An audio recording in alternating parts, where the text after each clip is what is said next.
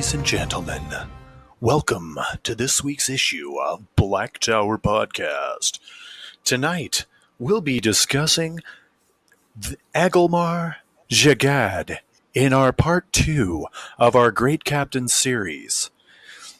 We're here with your favorite voices.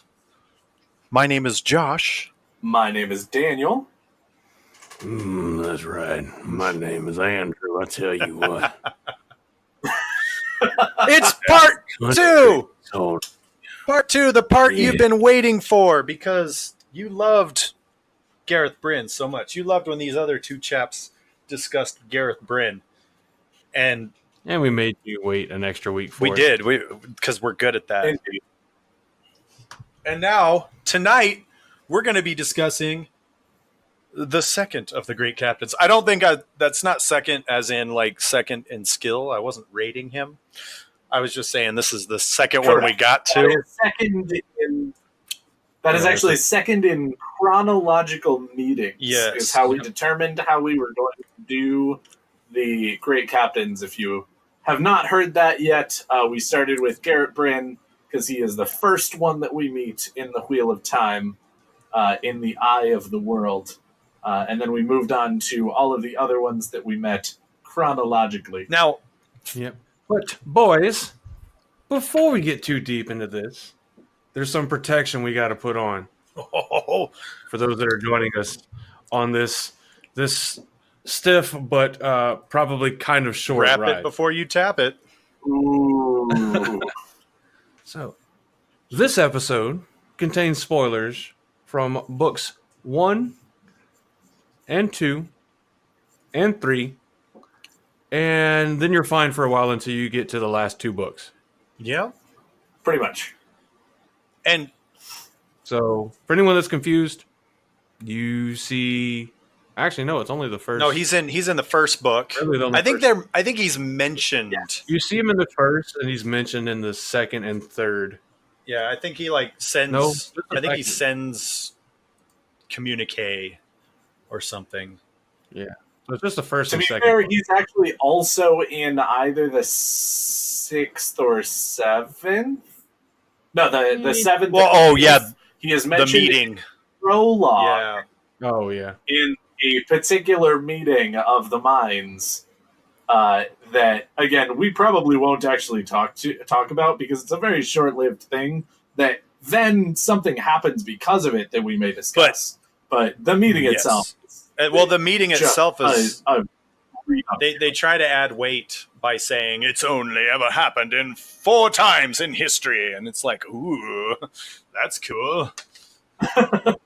You guys must really be in the shit right now. But there's that. The point being is the spoilers don't span the entire series in terms of being important for every book, but it does span the entire series by starting in the first book and then, sleeping for a while and then showing up at the end. Yes. So, Indeed. Another fun fact. You have Yes, you. Consider this your final warning. Turn back now, all ye who desire to enter further into this podcast. Okay, that was terrifying. I don't know what just possessed Josh. Sorry. But all right. Well, I'm going to go whatever take demon and is watch comedy until I can sleep all right. while y'all finish the podcast. That was my alter ego. Sorry, he takes over sometimes. You know what that's like, right, Rand? Does your alter ego have a name? Shut up! Nobody knows about that Oh, right. yet. We're only on spoilers for early on. Fun fact about It's not like Rand has 2 alter egos that take over different. right. Fun fact about Agelmar Jagad. He has the most unpronounceable name of any of the 5 captains. Fun fact: that's not even true. That's not actually true. What? Who? Radal Iturralde is the one who's actually even worse. But you can In look my at that and humble say, opinion. it's Iturralde. But with Agelmar Jagad, is it Jagad? Yagad? Jagad? I'm pretty sure. Jagad. I'm pretty sure it's Jagad. I'm pretty sure it's Jagad. I mean, we could probably. Though I mean, like, yeah, More easier than the other one, Iterade. yeah. That's as I said. I think that he's got the most difficult name. Goddamn Agal Mar Jagad. Well, screw you guys. Shiny ear. So, Great Captain Jagad is what? He's the. Though Go ahead. it is interesting that you bring up fun facts, though, because of course we actually mentioned one last week or 2 weeks ago. I want to say that he is actually the only Great Captain who is regularly referred to by his first name and not by his last name. Because almost everybody calls them, Lord Bryn, Lord Captain Commander Nile, Iteralde. But then you have Agilmar, where they actually just call him Lord Agilmar. He's the cool Great Captain. I'm your lord, but address me by my first name, because we're all bros. Now, which is hilarious because, of course, everybody calls him Lord Agilmar, but then fucking the next book, Rand is walking around with all these people calling him Lord Rand, and he's like, just call me by my first name, no Lord, and they're like, oh God, can't possibly do that. We call this guy by his first name and this guy by his first name, but we can't possibly drop the Lord out of it. That would be far too much effort to go ahead and you're like, oh my God, what are you talking about? Yeah. What weird requirements do Shienarans have? And then literally I think, the people in the Borderlands, I think living close, when they say, like, when you go to a town and everybody's like, a bunch of it's weird, man. And you're like, damn, there's something in the water here. I think that's actually the case. Those guys are right next to the Blight. Like Shinar and Shinar is double fucked because they're right next to the Blight, but they're also right next to the spine of the world, which is like, they're the corner. They're in the corner. We put, you're in the corner, Shinarians. Go to the corner now. Get in the cage. You've been a bad boy. Oh boy. Yeah, they're definitely getting DP'd by the Shadow Spawn and the Aiel. It is not comfortable. And mostly they're going in dry.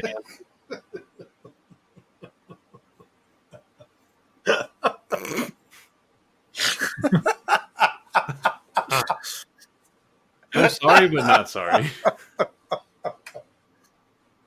Actually, I'm like 99.9% sure that the Aiel are going in dry because they'd never use any kind of liquid for that. Water, man. I was just gonna say that. Just please, Anyway, a waste of water. Now that we've had our incredibly childish moment of the podcast, I'm sure it's not going to happen again. I mean, the irony of calling it a childish moment whenever it involves adult material. I still never understood that. You're not wrong. Like whenever you're a kid and you do it, like, that's adult stuff. You're not supposed to talk about it. But as soon as you become an adult and start talking about it, then because it's you just can childish. never win. It's because they're out to get you. Basically. Goddamn NSA. So Lord Agilmar, he is a BAMF, as it were. He is. The dude, I mean, first off, to be one of the great captains, you have to be a BAMF. Like, I mean, that's just all there is to it. I don't know. And probably a DILF. You thought the childishness was gone, but no, it's still here. All the years of being badass, like, greatly affect your features as a man, and you are My Indeed. name is Lord Agomar, but you can call me Daddy. You can call me Daddy-san. So the Shinarians are a hardy And we're people. A hardy people. Yeah. And yeah, no, you see Yes, they you see Agomar what, twice? Well, you see him twice in the series where he has main dealings in the story, and then once, as we mentioned in the pre-game, is a bit of a You can argue twice unless you're going to talk like chronologically, because he has a main part in Eye of the World, and then he turns around and has a main part again in The Great Hunt. correct. And it's then still sort of the same Yeah. events that are happening, if you will, but it is definitely two distinct pieces because, of course, they're broken up by Rand and the rest all going to Right. the Eye of the World. So it is a distinctly different circumstance, even if it's sort of very much the same time period and surrounding the same. and that's kind of what I was going for, because I mean they end up in Shinar at the end of the Eye of the World, and then when you pick up the Great Hunt, you know they're They are they're still in chilling. Shinar, They're yes. like, hey, what are we gonna do now? Oh, okay. Well, they're all I just. thought you were going to leave months ago. Rand said- I don't fucking know. Rand is practicing his stealth skills, trying to sneak out, and everybody's like, "You're going nowhere." We were told no one. That's goes- right. No one goes out. yeah, he does try to go. It's like, but just let me go, and then winds up turning himself straight directly into where he Exactly. doesn't want to be. Yep. And Land's like, "Don't worry, partner, I got you. I'll show you a thing or two before you go and talk to mother. yeah. You gotta be a man." Yeah, no, and honestly, like this is where I think, and I know this is about Agomar, but I want to detract for a second and talk about like that interaction between Rand and Lan. Like you don't get that anywhere else in the series. It's really kind of a cool interaction there, where they're like, you know, hey, we've got some time. We're relatively safe. You know, it's time to get some learning into this kid, because if I don't, you know, Lan's thinking if I don't teach this kid, he's going to stick himself with the pointy end. He's going to be He's dead. not before I going to see make it him to the again. last battle. Yeah. Well, and I agree. I actually think that Rand and Lan have some really nice interactions throughout the first two books. And then, of course, as soon as they are Mhm. no longer together, those interactions disappear from the story. Now, I'm certainly not saying that they are not replaced by others, and that, you know, that there aren't Right. some really cool things that Jordan does in and with the books. I am certainly not trying to say that, but it is interesting that this sort of like father figure for Rand, now that he's actually had his wrenched in the most awful Yes. way from him, is and really he's appreciated. stern, you know, because I mean, there's no Yes. Because Lan exactly doesn't know how to and- be any other and, way. You know, just by virtue of his life, he's like, look, shit's not happy. Okay, life sucks, and then you die. So, what you need to do right now is learn how to not die before you get to the last battle. Yep. Exactly. And I can help you do that. So let's do that. being a badass myself, would like to teach you the ways of badassery. Look, young Indeed. man, you don't get the top knot for That's nothing. All right. right. You earn that shit. Yep. And then, of course, I mean, you look at where he's from, and bringing this back to our actual subject. I mean, literally, again, everybody in Shinar and Yes. across the Borderlands is just hard Yes. as nails people. Not quite as hard as the Aiel, but of course, like, you look at these people and you're just like, wow, literally everyone can fight. Literally, as everyone is ready to go ahead and Oh, yeah. defend their land at the drop of a hat. Well, holy and fuck. not only that, Like- but I mean, they do it with such grace. Like, okay, perfect example of this Yep. is like, or perfect contrast to this is the Battle of Helm's Deep in Lord of the Rings. Right? You've got a whole bunch of people there that are standing there and they're ready to do their duty. They're ready to defend the women and children. You know, there's old people, there's young people, and but they're terrified. You know, there's a whole chapter about Aragorn going around trying to rally the troops, and they're terrified, man. They're shook to their core, terrified because orcs are taking over. Mhm. No, not in Shinar. They're like, yeah, that's a Tuesday. Hey, what you doing Yep. tonight? Oh, I thought there was a Well, it battle is going actually- on. You know, figured I'd swing by, check that out, see what's what. And I mean, like, actually, a really good dichotomy, or not dichotomy, sort of comparison to that is actually the difference between the Rohinians and the Gondorians. Because, of course, when, like, literally everybody who's living in Gondor and Minas Tirith specifically, and all of the guys who are living Mhm. in Osgiliath, their Yes. whole life is fighting orcs that are coming out of Mordor to just annoy the shit out of them. And of course, again, they are so used to it that, of course, granted, it's been quiet, and then this huge force comes and takes Osgiliath, and they're like, oh fuck, well, I guess that was fun while it lasted. But again, it's very much the same with Shinar, where you have people in Carrion who don't even fucking know what Shadowspawn looks like.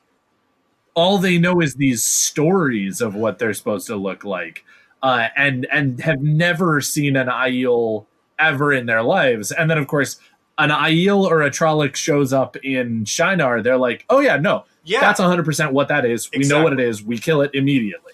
And you're like, this is on the list of illustrations that the great captain gave us that kill on sight, no questions asked. So I'll give you a copy of this. Now the Trollocs are a little tricky because no two look the same, but you can generally pick them out pretty good. And if you have any questions, just ask me. I'll shoot something for you. wait, did Mr. Warburton just get on this podcast? Hey guys, Josh Oh. didn't think it would matter We have a list. if I just hopped on for a second and gave you guys a bit of a rundown of how we do things in Shinar. It's really great, day in, day out. Yes. Lord Agelmar. Poison specifically Agelmar. Agelmar's poison. The poison we're going to give Agelmar to kill Agelmar. Yes, that Agelmar's poison. No, but it's just like you said, man. These guys are ready to Oh, throw man. down at the drop of a hat. And not only are they ready to throw down at the drop of a hat, they're good at it. And They're good at it. a lot of that goes back to Agelmar. And it's one of the themes I love Yes. most about this series. And Matt even talks about it when spoilers. We already gave a spoiler warning, so Matt even talks about it when he's running through drills with his little band of merry men. And he talks about, holy crap, training is more expensive than actual war fighting. And, these are things that, Lord Agelmar Yep. understands. And that's why he's got his people on the alert, on the ready. And I think they even comment on it about how the blight is Trolloc activity is down, but blight activity is up. Correct me if I'm wrong on that. And they're all kind of Yep. they're all kind of The freaked blight out. They're all kind of got that Ricky Bobby moment of I'm not sure what to do with my hands. Yeah, I think they make a comment about how they've lost like almost a Yeah. mile of territory And in the so they're past like- year. Yep. And so they're just like, yeah, something's up. And none of them seem to be really phased by that. They're all just like, oh yeah. And Agelmar's up there going, and then this little band of people show up at the end of Eye of the World, and they go, yeah, hi, we're an Aes Sedai order, 3 random kids, and a couple of random girls, and just a random motley crew of people. Don't worry about us. And then like Agelmar, like I love how they like he sees right through it. He's like, oh, okay, so you guys are important. Come on in. Now that I think about it, I think the Eye of the World is the only time where it's mentioned that the Blight advances.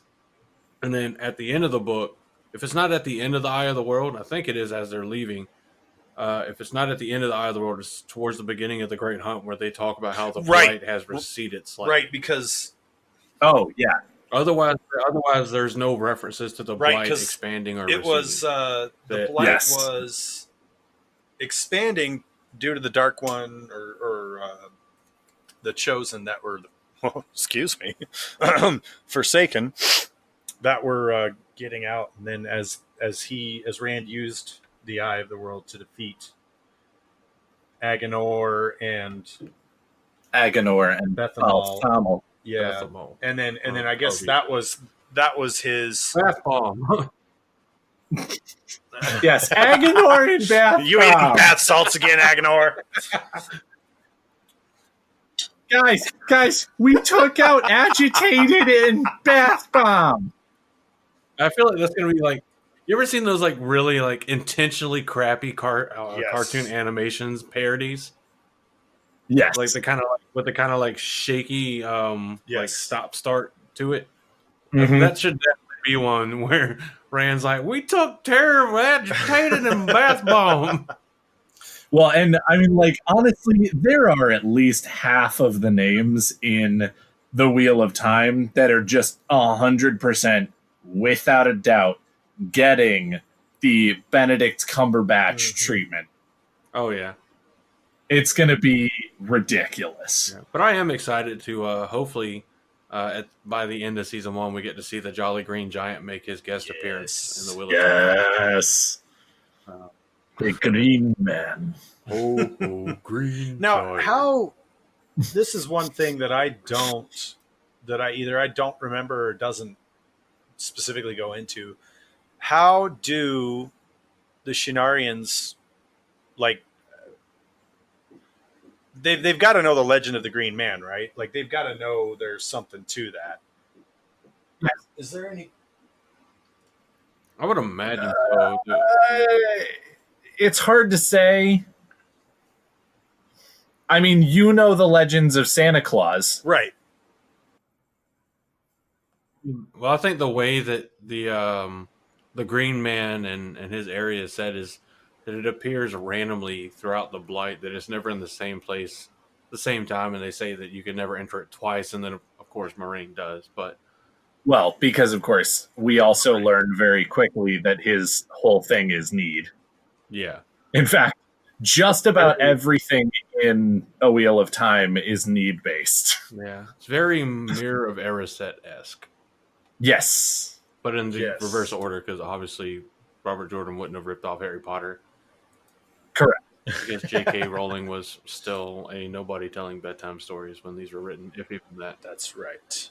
Well, and of course, The Eye of the World was actually, the first one. So she was very young when that came out. Let's see, if you started writing, said it took, what, 6 years to write? It was 27 years ago that The Eye of the World came out. Jeez, I turned 26 Monday. Yeah, it came out the same year I was born. I don't want to talk about how old I am now. Why? Do you honestly think anyone here or any of our podcast listeners are going to judge you for how old you are? That's true.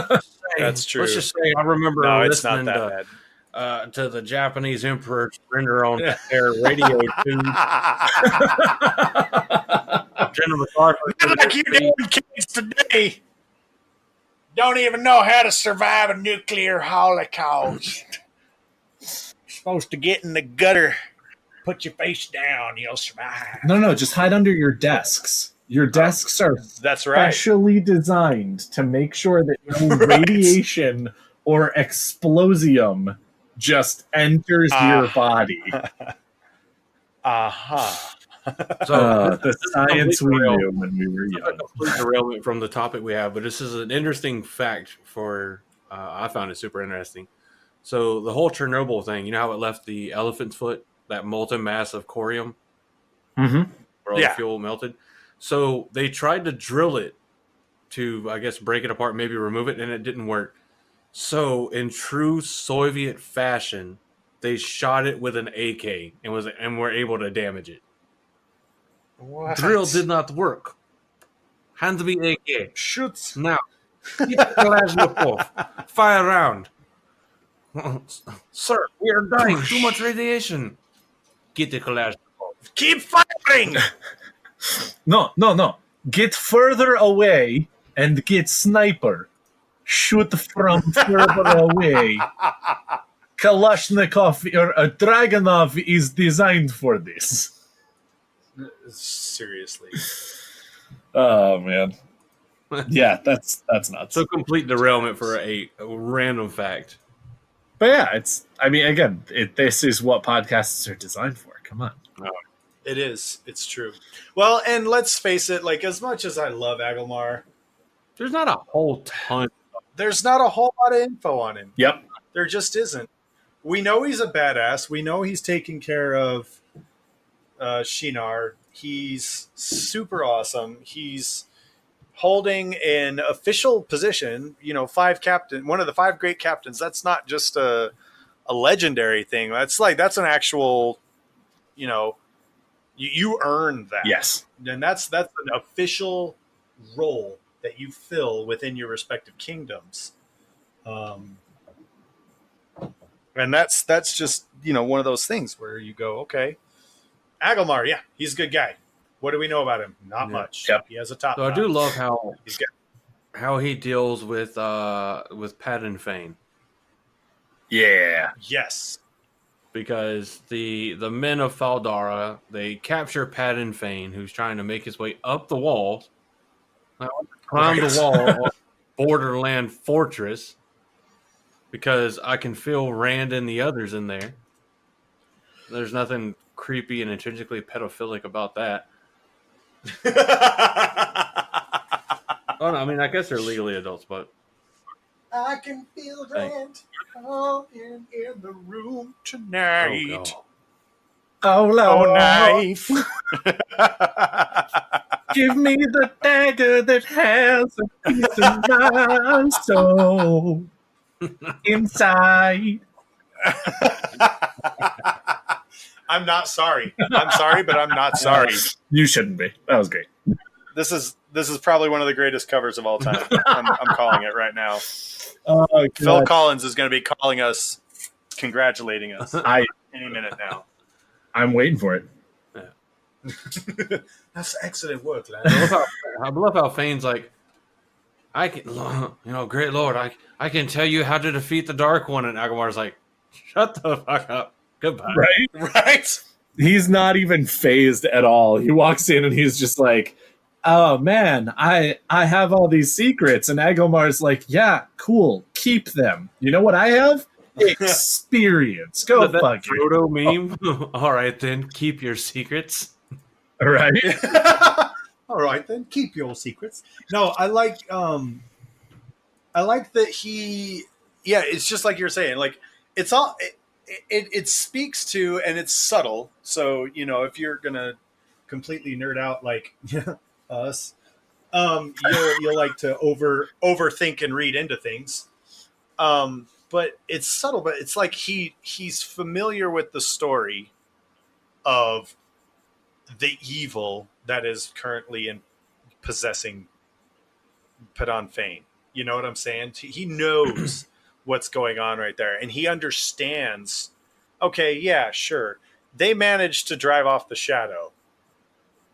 He's not wrong. That is true, but at what cost? I mean, Yup. put yourself in a situation. Imagine you're sitting there, or you walk into a room, and there's this dirty, dingy, nasty hobo of a guy who is caught trying to break into essentially your house.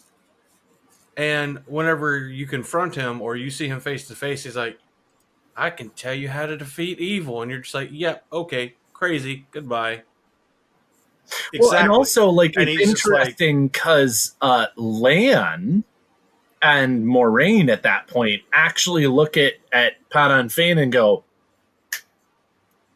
"You're what's been following us this whole time." So it's not even like a Yes. moment where Agelmar's like, "Oh, you broke into my house." It's like, oh, you've been following these people for ages, and now that they're in my house, you've shown up, and now you have secrets to get. Yeah, no, get the fuck out of here. Yeah, exactly. I've seen this horror movie before. Yeah, and I want no part. And yes, and it really speaks to his wisdom. I mean, granted, it's not like that much of a choice, but it goes back to what we're saying. These guys see the blight and Trollocs and evil and corruption all day, every day, and you know, that much exposure that frequently, you would think it wears on people. It puts people in the headspace to just go, I just want it to end. I just Well, and in need fact- this to be over. Who is another Shinaran that actually does work on? Yeah. Ingvar ends up going ahead and joining the Yes. Shadow for that exact reason. You Exactly. literally just described what he justifies his actions as, which is and just, I think just want it to be over. I can't deal with the fighting and the constant fear and the losing friends and everything. And of course, that is one of the biggest differences between Lord Agelmar, who looks at the Shadow's offer and says, "No, we can do it without you," and Lord Ingtar, who ends up looking at the Shadow's offer and goes, "Oh, that's too good to pass up." right. And if I even remember correctly, Agelmar even says that at one point in time when he's talking to him. He's just like, "Yeah, things aren't great here. You know, it's hard work. Like this is a very, very grim place to be. Like, I don't know why you guys are here. this is not a safe haven by any means." This place. But sucks. but yeah, no, it's an interesting little thing. And so for Agelmar to be not even tempted, not even curious, he's just like, yeah, whatever. Like, he's such a good example to the rest of the army there, the rest of the military there.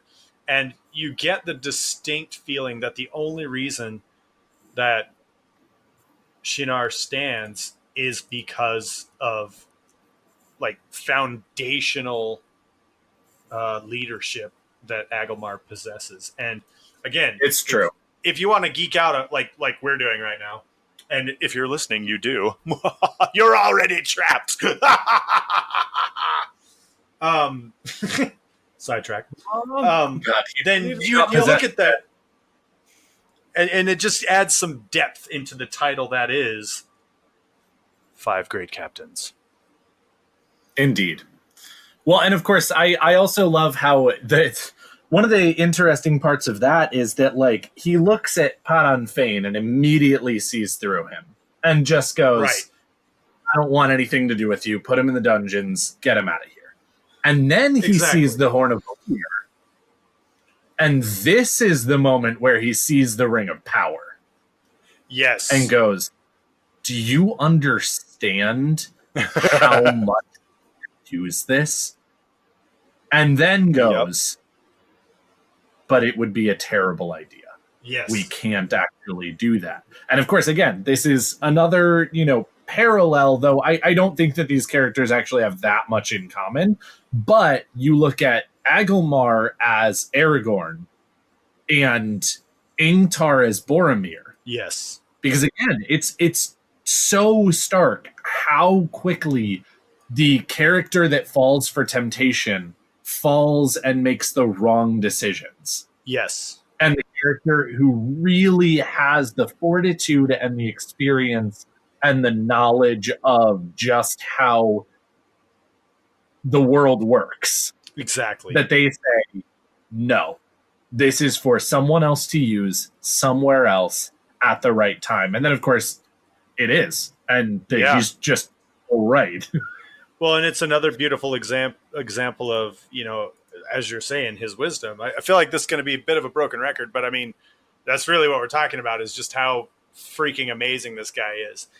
And Yeah. how you get so much of that, just even with how little he's mentioned in the series. But like you said, Yep. he takes one look at the Horn of Valir and goes, ooh, that's tempting. Ooh, what I wouldn't love to have, the heroes of legend here with me right now. I would ride up to the... No, you know what? This is a bad idea. I'm not even going to entertain this. That's going to come in handy. You guys take that with you. Yep. And it's just, it's great. Like, it's tremendous, the job that Robert Jordan does telling the story of Agelmar, and then finally with Brandon Sanderson, because again, the next main act we see Agelmar in is at the end, where Brandon Sanderson is writing, and I think he does a really great job of picking right up where he left off and just showing, how awesome these guys are. Yeah.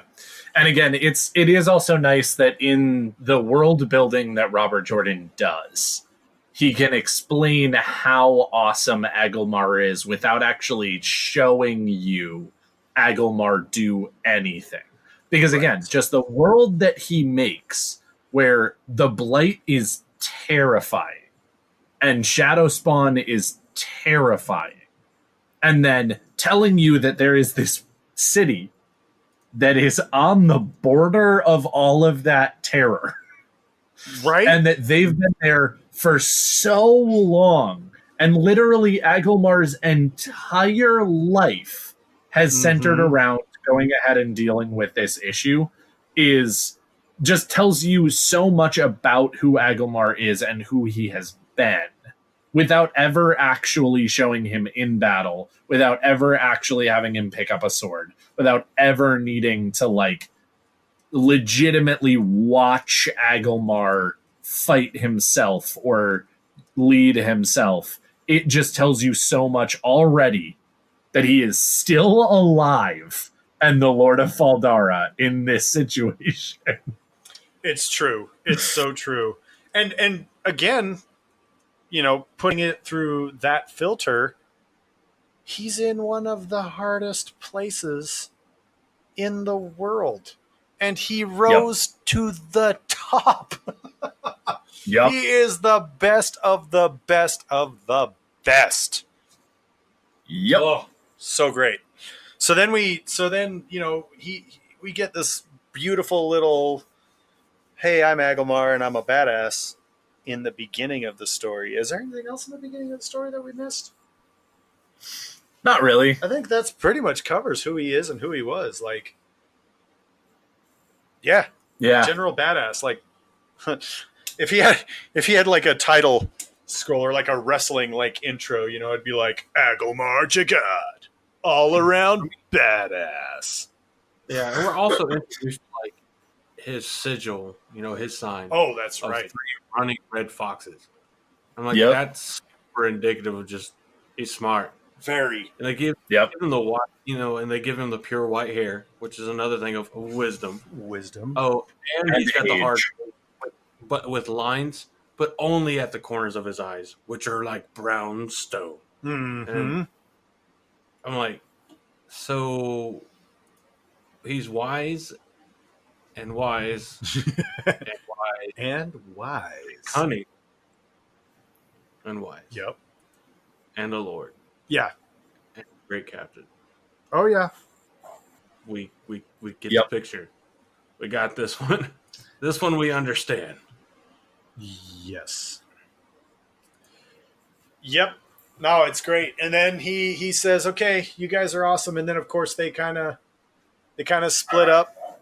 They kind of leave and kind of go on their own adventures. And then, like I said, we get a little blip of Lord Agelmar again when they have the meeting of the Borderlands, and they say, "Okay, shit's going down. It's worse than it's ever been, and we know it's about to happen." And I can't remember specifically, because I know there were a couple of the great captains that were like, "Hell yeah, we're in."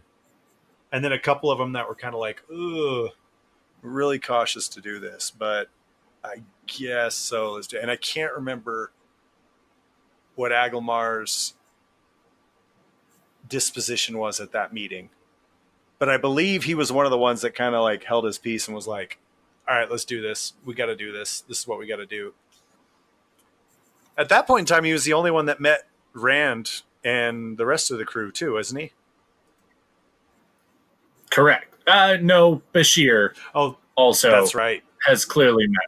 That's right. But yeah, one of the other 5 great captains is dead. Oh, that's right. And the other 2 have not.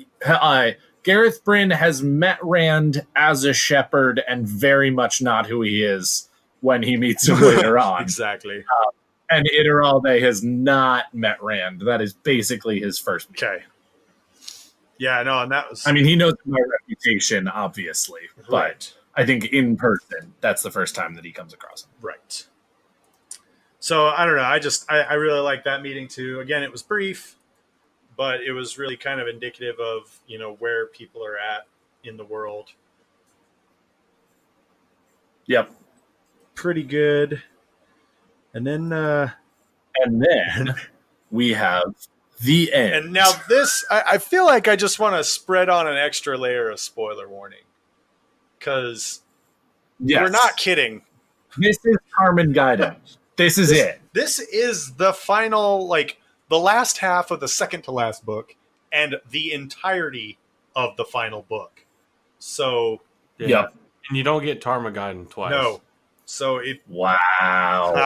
And he Ah! quotes the song. Yeah. Ladies and gentlemen. well, he just proved that he actually listened. Oh, yeah. well played, sir. Well played. Thank you. Thank you, Andrew. Yeah, it was a great job. You, man. and your execution was perfect.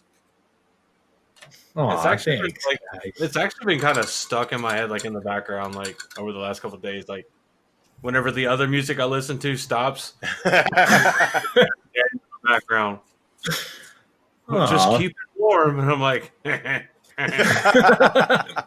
I knew, honestly, I am certainly not going to say that I was not going to put that in the song originally, but when I knew that one of the people who was going to be listening to the song was you, Andrew, I knew that there needed to be an Igloo reference. oh, yeah. It was a 100% requirement at that point. Oh, it blended in so Well well, played. too. Well played, sir. It was good. For those of you who don't know, if you haven't seen it on our Twitter of Time, if you haven't gone to Twitter of Time, you definitely have to go and check out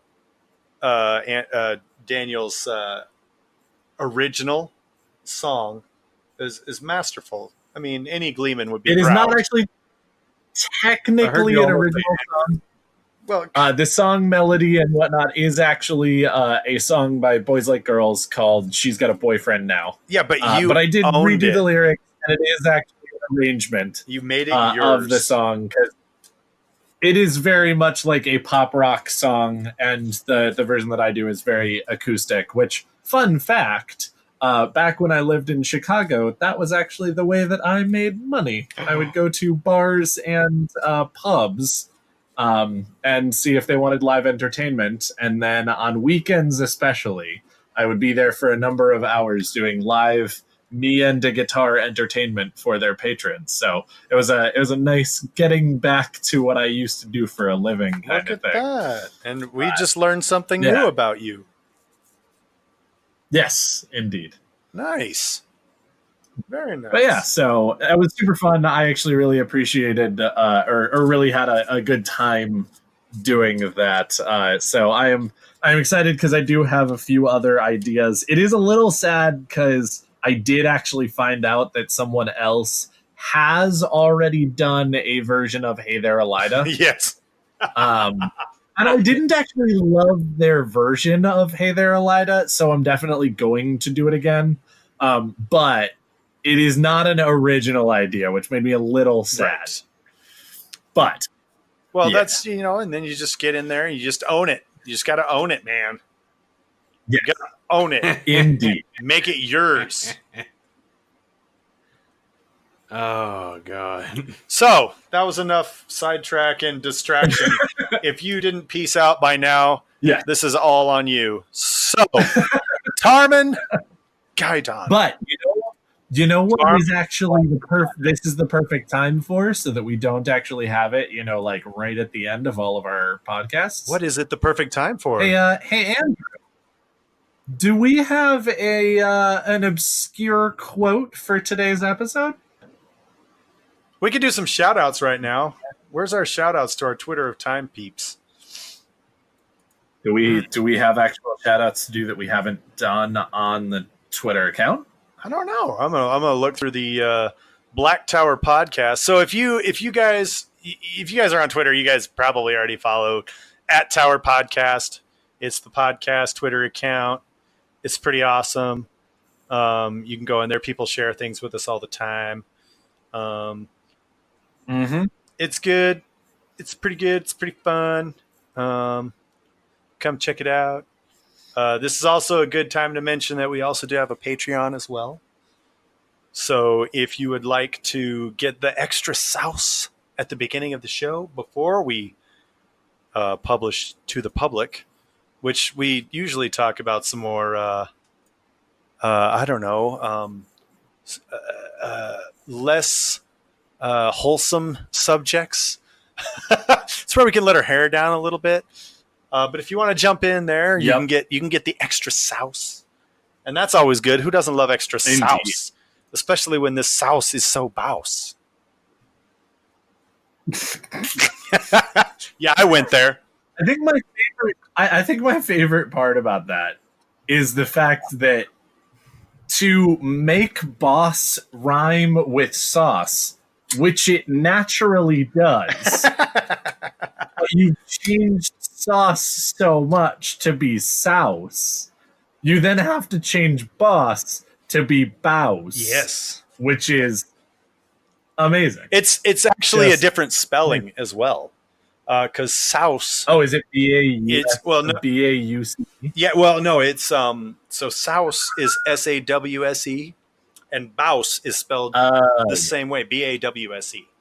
So it's not to be confused. Yes, exactly. Not to be confused with sauce and boss, because that's just not enough. It's not enough. We got to give extra. These are our patriots. Patriots? Patreons. Patrons. These are the guys that make the magic happen. See, we're just guys on a mic. We're just assholes spitting on a mic right now, right? But the patrons, they're like spitting on. They're like, we love you and we love what you're doing. You're doing the creator's work, and you need to keep it up. and so sometimes I really feel like we're not actually doing the creator's work, and that we are playing right into the Dark One's hand. But that's where the taint comes in, though, because we got to question our actions, and or as I mean, like my taint has never been on this podcast, but to be fair, neither is mine. But apparently, if there are others, Speak for yourself. But the Dark One's taint is all over. Here you go. Shout out to Dark One's taint. Yes, you're there. I see you at dark_taint. I know you're there. You're always there. Whether we want you or not. No, but that account's on Twitter. It's actually pretty fun. Whoever runs that account, they're actually half a dozen Ashaman, which is great, because we have Ashaman, which is Josh, and then quite a number of named Ashaman, like Andrel. Shout out to Andrel. He's awesome. He's another music man. Yes, he is. Which is great. Definitely lots of great music being done, across the Twitter of time, as well as Dashiva's on there. I know that there's also I'm blanking on his name right now because I didn't find. There are a number of. I know that I've seen at least 3 or 4 named Ashaman, which is great. Yeah, it's a lot of fun. My mom now follows us, which is great. So behave. Hi, Bye, Mom. Mom. Dude, she's dead. She's not going to come back and do anything. I mean, but she does follow us. And she is hilarious. If you're not actually following Tigraine, you are missing out. Because she is fun. Actually, I Oh, follow her that as mom. well. I thought you meant like your actual You- mom. You what? I thought you meant like your real life mom, not Tigraine. And I was like, when you said it, I'm like, oh, that makes more sense, actually. Yeah. I may not be a smart man. Andrew. Look, okay, it's been a very long week. All right. Oh, I believe it. I'm going to go get a beer. You know what? It's been a long week. You can lick my taint. Hey, there. Sweaty, nasty, dark taint. I'm not going to do that, but I appreciate the I offer. didn't say you had to. I just said you could. I'm just being No, that's why I kind and said- offering to share. Sharing is I'm letting you down gently. I said that I was not going to do that, but I appreciate the offer. This moment brought to you by Squatters Brewery, Chasing Tail, Golden Ale. Nice.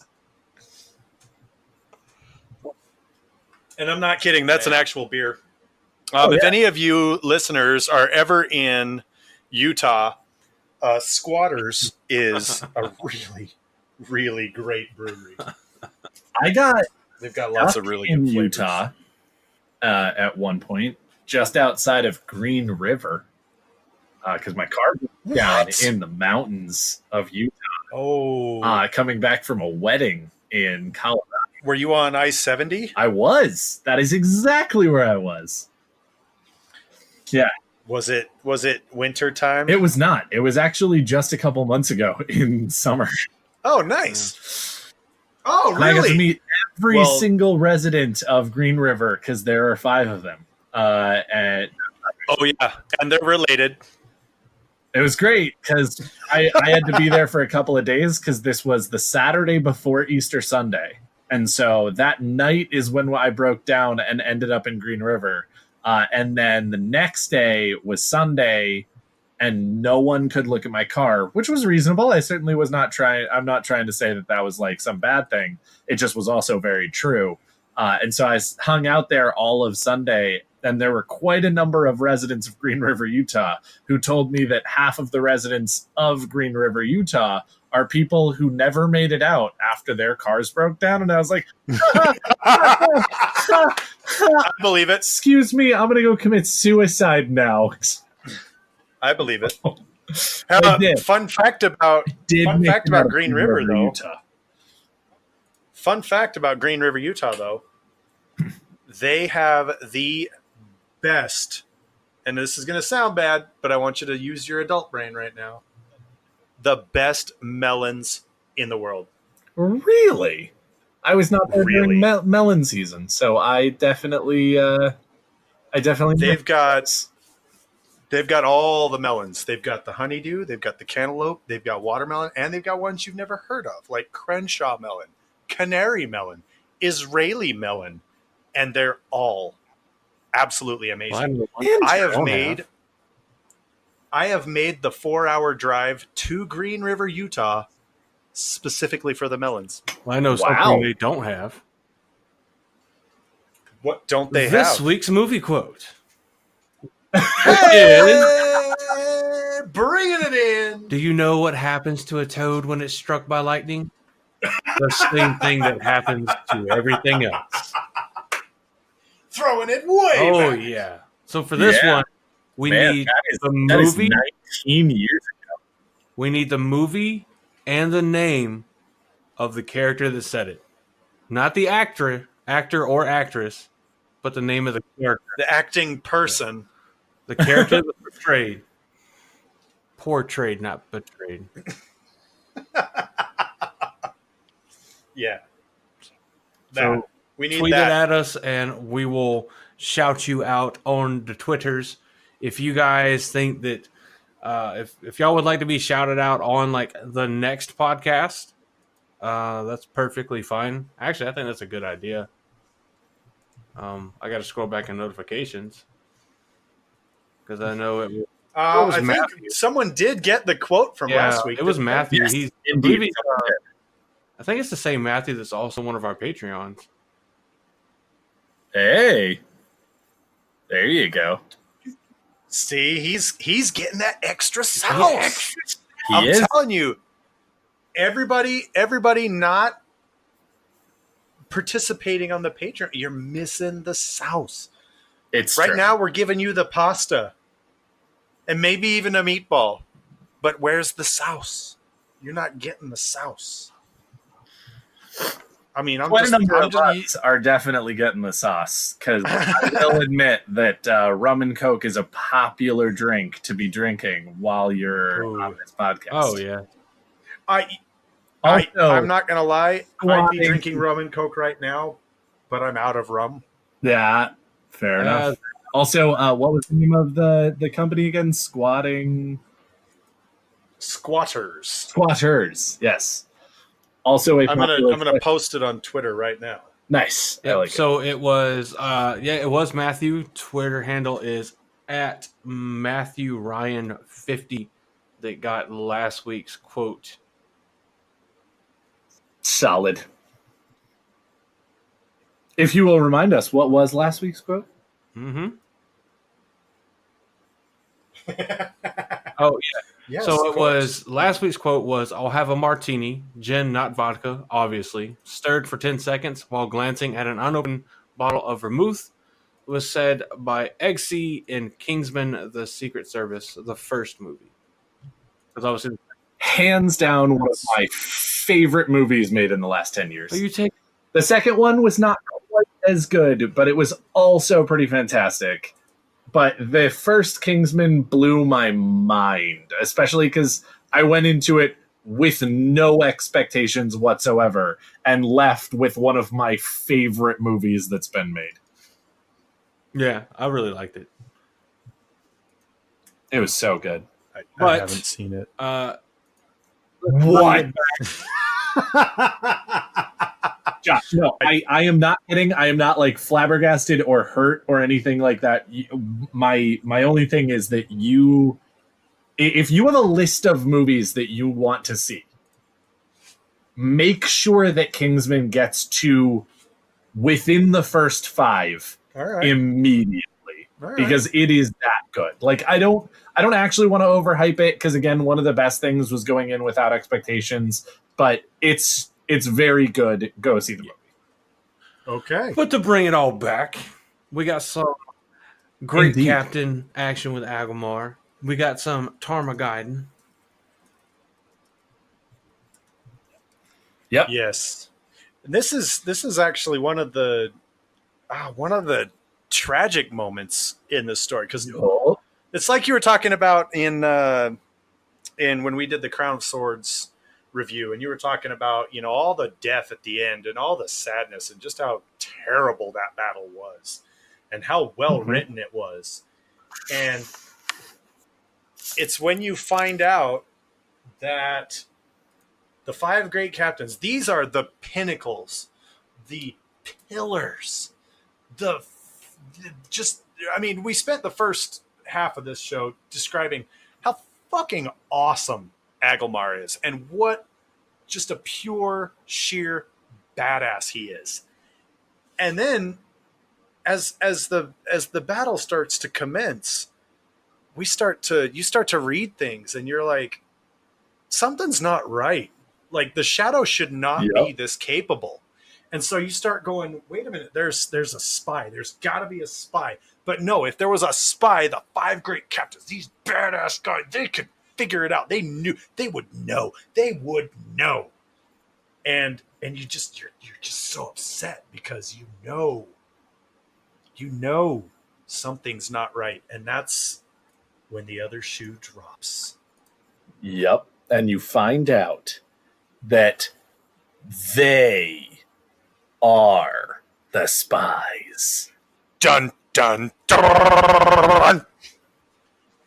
Yes. Yeah. The 5 great captains were unbeknownst. I think it was unbeknownst to them. I don't think they knew that they were. Oh, they totally. were having They were under. I mean, part of the compulsion is not actually knowing that it's happening to you once it's happened. And unfortunately, Grandal, this bitch ass Grandal, gets to each and every one of the 4 living 5 great captains and messes with them using compulsion. And they start fucking. Well, I mean, she does it in a very like Inception-esque way, where yes, they're Oh, she's yeah. not forcing them to do anything, but they're influenced to make mistakes, essentially. yes. Yup. She makes them. And so it's so obvious that something is wrong. Because again, like every time they look like they're going to win, something goes wrong. And it goes. And so they know that something is amiss. Not But only again, does it go wrong. how can you figure that out when it's not obvious what is happening? Right. And it's not just that something goes wrong and they lose the battle. It's that something goes horribly wrong and the entire force is wiped out. And it's like, no, these guys are smarter than that. They would have smart retreat plans. And this is the other brilliant part of the series, because you're going along in the book series and you as the reader are actually educated in a lot of the mechanics. I mean, I am not a tactician, so I am not able to just claim that, I've read Wheel of Time, therefore I am a blade master and a master tactician. No. But it does do a really great job of showing you what all is involved in making these decisions. It's making the decisions. And and it shows you what's involved in this and how these guys just think through all the different scenarios. One of my favorite scenes where they kind of illustrate this is when they're planning it's not Tarmangaiden, it's earlier in the series. They're planning an attack, and Matt comes in and goes, "Hey, well, this would be good and this would be good. Oh, don't do that, that would be a mistake. Okay, see you guys later." And then pieces right out of the tent, and then they go, "Yeah, something's up with that kid, because we've been planning for 3 days and he just pointed out exactly the same conclusion that we came to." Yep. Something that I had forgotten about this, at the time of the last battle, Grendal is still Grendal's soul, but is not known as Grendal. Grendal has been reborn as Hessalam, and is made to be hideously disfigured and just astonishingly ugly because of her failure. And Morden introduced her as Hessalam, which translates to "without forgiveness" in the old tongue, and says that her old name is not to be spoken of again. Oh shit, we just spoke it so many times. Yeah, well, she's gonna be pissed. Dude, we're so fucked.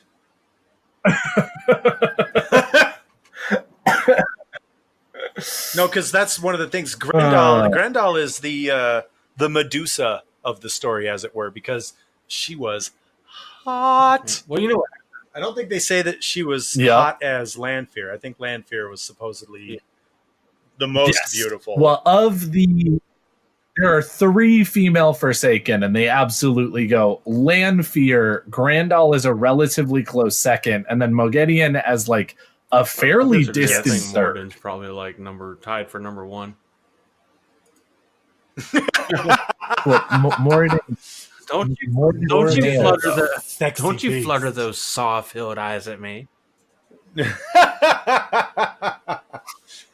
Yes, I love it. It makes me happy.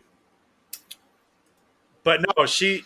Yes, well, of the male Forsaken, I mean, clearly Moradin is without a doubt number 1. Oh boy. And then we've got Samael all the way at the bottom because he's just an asshole who won't get rid of his scar. Right. I keep this scar to remind me of what Lou's Theron. What the fuck? Yeah, no, he's kind of a weenie. But Grendal, who is now reborn as the misshapen Hessalam, she's been fucking with the great captains, and Agelmar is one that I think not literally. Not literally. Metaphorically, in order to get them to like we were saying before, how it's very subtle.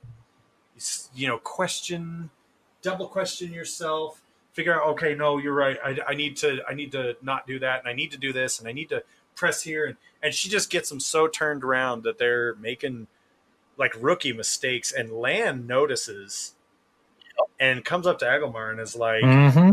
bruh, like you're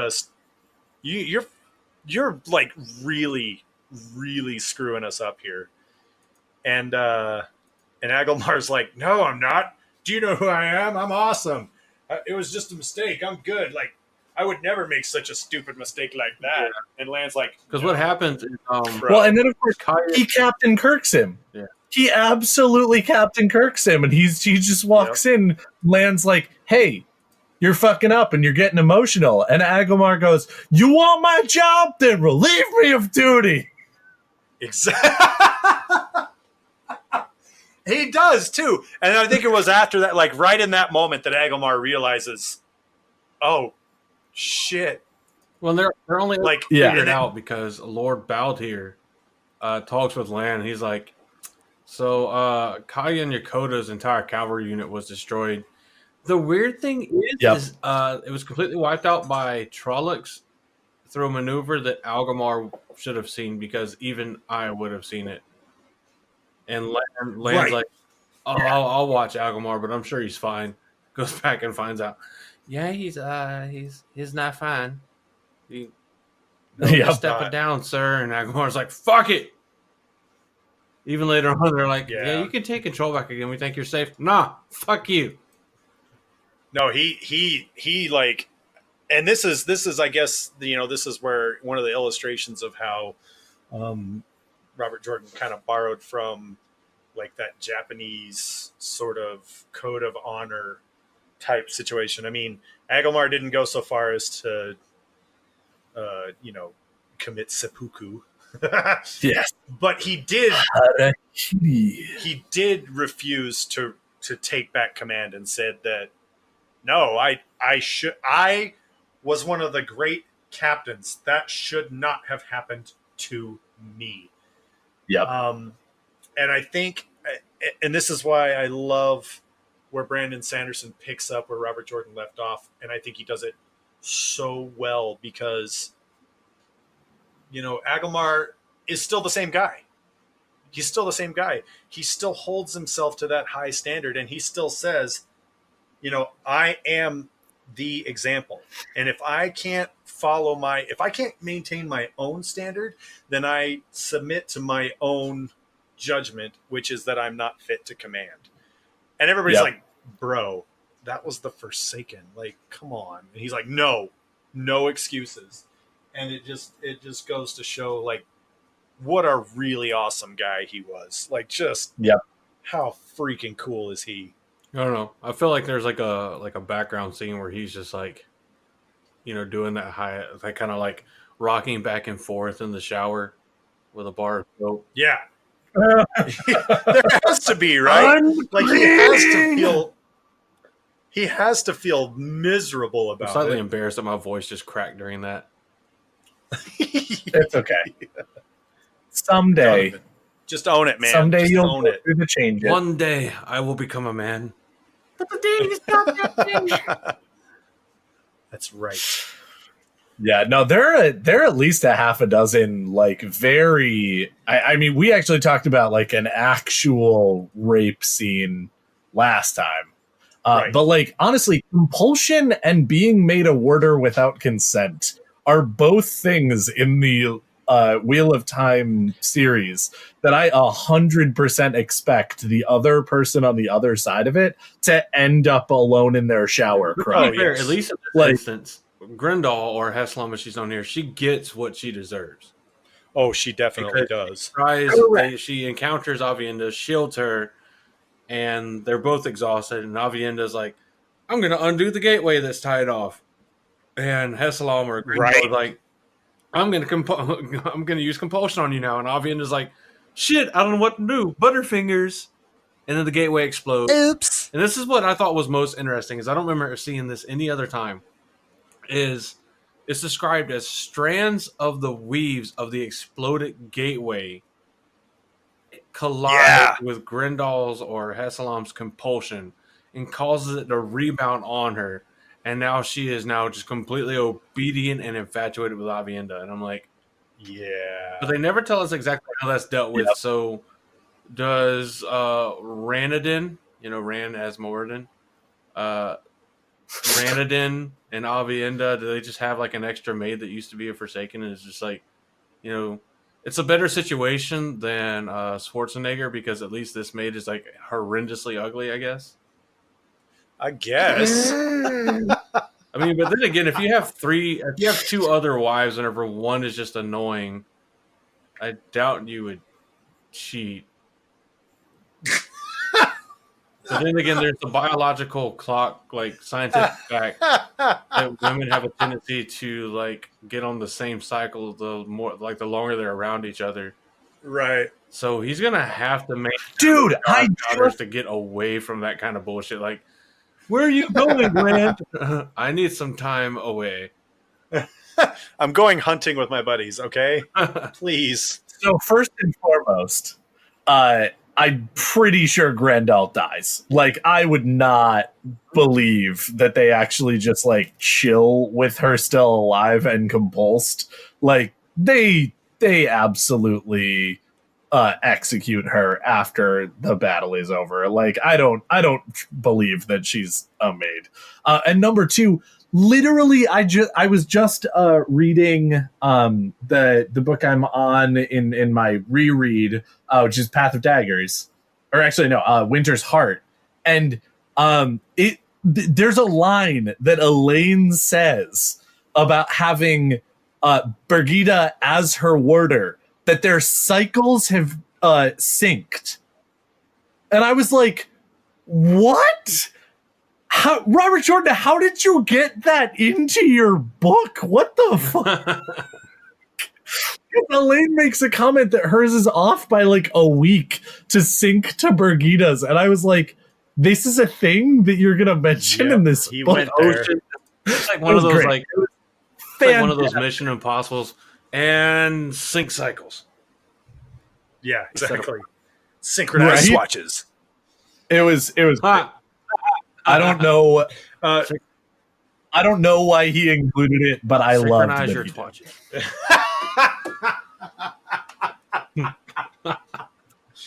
Oh boy. Just so you guys are aware, it does mention here online that Hessalam is never seen again after she carries, so her weave backfires on her. She becomes totally subservient to Avienda, carries her back to camp, and is never seen or heard from again. Now, I wonder about that, just because if they did execute her before the end of the world, what's to stop the Dark One from resurrecting her again? So I wonder if maybe they did keep her alive, probably just imprisoned and shielded, But there's not a benefit. There's not really a benefit there. just to make sure she doesn't get resurrected again. That's one less Forsaken they have to worry about. Well, but true, but at the same time, I mean, I guess they can just take her out after the last battle, because they don't want her to go ahead and get resurrected while they're still fighting it. But at the same time, once the last battle is over, Yeah. She will eventually die Yes. on her own. At which point, the Dark One can then resurrect And that's her. what I'm saying is, So I'm pretty sure that I would execute her after the last battle. Like, I'm not trying to be a dick, and I'm not trying to be like death penalty for everyone we don't like. But there's not really a reason that like you keep her around after the Right. last battle is over, because the Dark One will have access to her by the time he needs It's her true. again later. no, you're right. When the wheel turns all the way around and we have the last battle again, she'll be there whether you killed her or True. she died She'll naturally. be there looking like the witch from Snow White and the Seven Dwarfs. Yeah. That's right. So yeah, no, I gotta say, I gotta hand it to Agumar. Like, yeah, I think he's one of the five great captains that we hear the least of. I think he's got the smallest story arc. I don't know. Iturralde might also match him. But both of them are relatively small. We do actually get a lot of information about Niall, Bryn, and Bashir, but the other two are fairly. Yeah, I was just gonna say Bashir ends up following Perrin around for quite a while, and Bryn follows the rebel, the Saladar Aes Sedai, Swan, and then and Egwene, and then Senor Pedron, he's got his whole story arc. So I guess you're right. I'm trying to figure out. Is he Hispanic? I didn't know that Pedron Niall was Hispanic. He's from the Wheel of Time, silly. They don't have Hispanics in the Wheel of Time. Gosh. That's not necessarily true. No, it's supposed to be an incredibly diverse, multi-ethnic melting pot. Well, I don't know where he's from. I just thought it was fun to say it with an accent, okay? Gosh. Woo. Senor Pedron. See, isn't that fun to say? It's fun to say. No, but he was the leader of. He's the Lord Captain Commander of the Children of Light, which is awesome. Senor the Lord Captain Commander. I'm pretty sure that Josh said that. Yeah, I dropped my mic. Sorry about that, guys. Oh, you're fine. See, if I had the soundboard figured out, I would have done the Wilhelm scream right now. Yeah. Still, one of my favorite Wilhelm screams is the R2D2 Wilhelm scream from the prequel trilogies. Yes. Which, I mean, like, let me be very clear. It's probably the only good thing out of the prequel. No, that's not actually true. There are a handful of things. Just anything that Hayden Christensen is garbage, which is most of the fucking movies. Tragic, because I feel like, and I know this is a tangent, and I don't care because I'm about to come to my boy's defense here, because I think Hayden was given a bad rap. I think Hayden could do a great job. Josh, Let me give you two pieces of information that you may or may not already know. Let me educate you real quick. But there are other films that Hayden Christensen is in that are all bad. And so there is a common element in these, which is I don't know if you've put the math together, but they are Hayden Christensen is in them. And the other thing is there are a number of behind the scenes pieces of footage and whatnot of the prequel trilogy, and Natalie Portman and Ewan McGregor, for example, have these scenes where they'll like do something, and then George Lucas will come up and he'll be like, "Hey, that was actually good acting. If you could actually do it like this instead, which is bad acting, that would be better." Right. And so they do. But Hayden Christensen actually has quite a number of things where he'll do something and George Lucas will walk up to him and be like, "Hey, Hayden, that was bad acting," which is exactly what I want. So good job. And you're just like, Lucas what? Was I have a love-hate relationship because. So let me be very clear. If Lucas had been a better director and had gone up to him and been like, "Hey, that was bad acting, try it like this," and then suggested things that was good acting, I don't necessarily think that he wouldn't have been able to do them. But at the same time, it was his first instinct. No, you're So- not wrong, and I agree, and I'm there with you. I understand, but I'm just kind of like, dang it! There was so many, like for instance, Natalie Portman after episode 1, she was like, it was so poorly received that she had trouble working after that. Like there were a lot of people who did not want to work with her, and she even said in an interview, she's like, it was the highest grossing movie Mhm. of the year. And nobody wanted to work with me because of how poorly it was received. And I was like, yeah, it's terrible. I mean, a good movie Yep. can make it, and a bad movie can break it. Yep. Anyway, there's tonight's tangent. Tonight's tangent has been brought to you by ADD.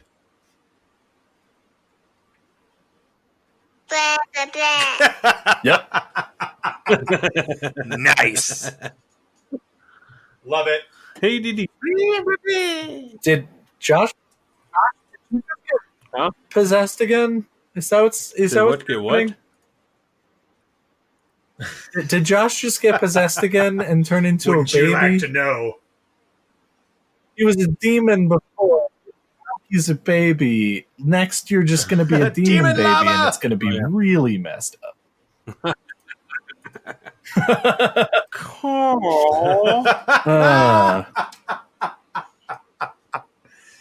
Yes, love it.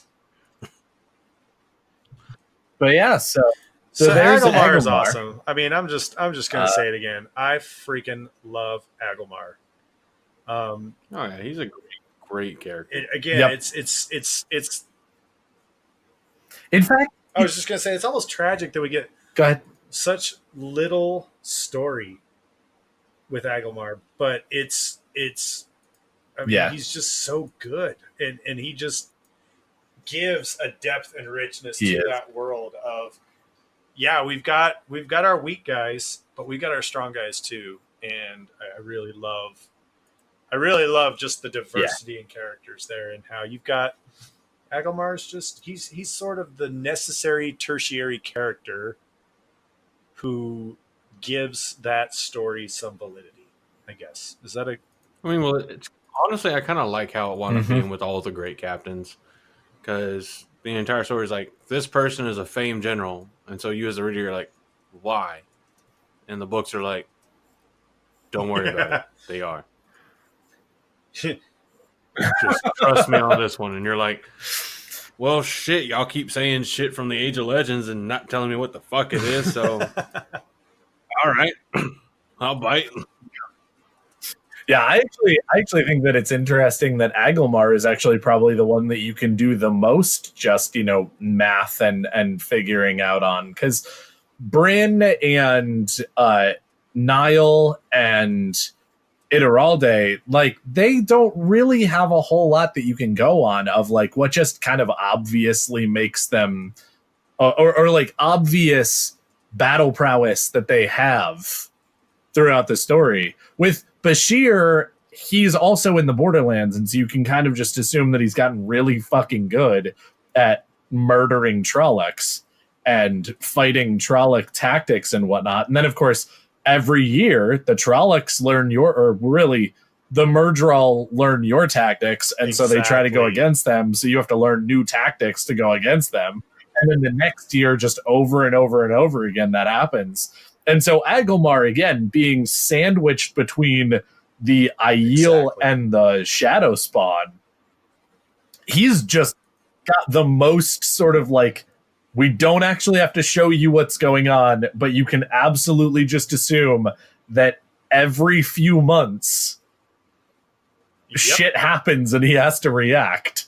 And the fact that Faldara still stands means he's Exactly. really fucking Exactly. good at it. And that's what I was saying earlier about him being the best of the best of the best, because he's just that good. Yep. And then even at the end of the story where he says, Mm, nope, I'm relieved of command, I'm done, I don't want to do this, I failed, there are men dead because of me, and I think that still speaks to his integrity and his just how amazing a guy he was.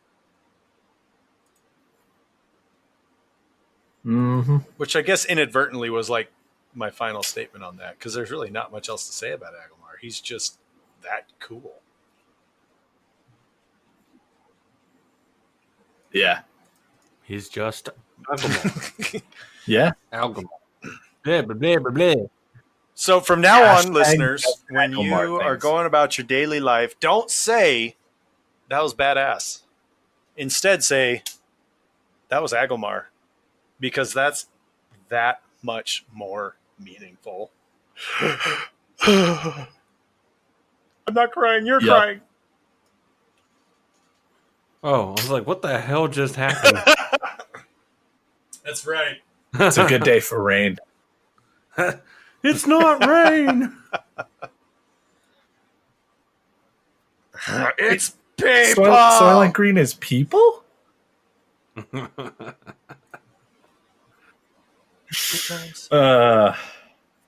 Yeah.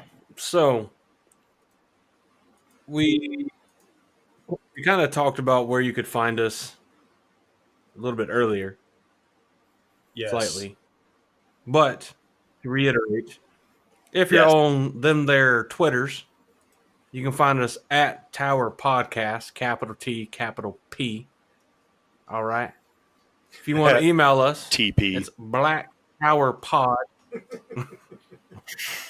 I missed an opportunity there. Damn. It's okay. I got your back.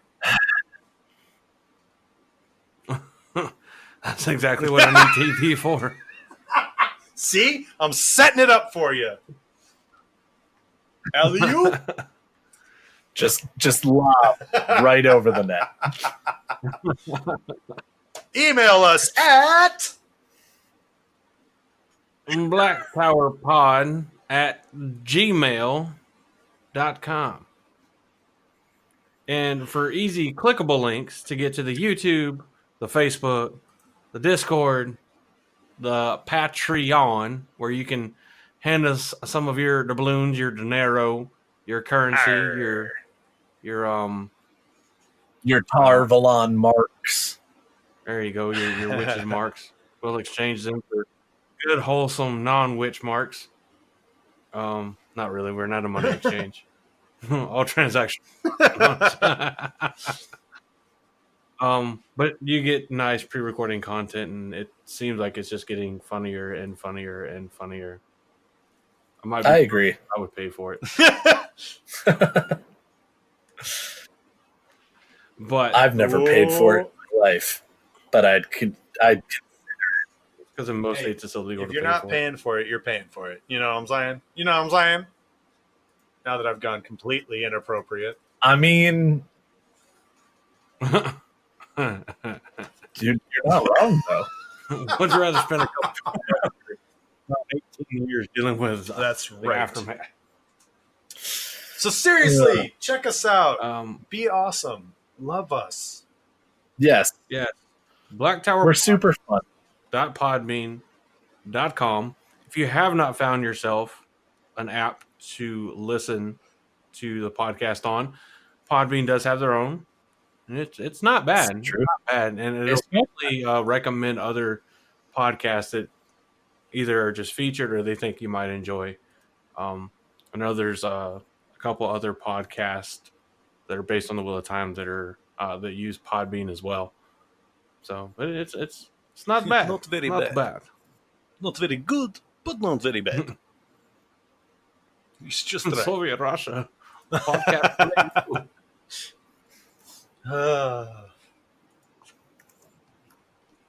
But for this week's episode on part 2 of our Great Captain series, hope you enjoyed it. Again, wish that we had more information on Aguilar to talk about. I think we did a pretty good job trying to extrapolate some stuff from what we see from him in the few times we do see him and his interactions and the kind of the impressions other characters get of him. But if you think we missed something or did something a disservice, as always, feel free to let us know at any of those contact mediums. But for those of us here at the Black Tower Podcast, I have been Andrew. I have been Daniel. And I have been slightly undercooked. also known as Josh. Yes, aka I Josh. was like, I don't know what to say to that one. Good night, everybody. But Yes, thank you everybody for tuning in. And we will see you next week. with a part 3.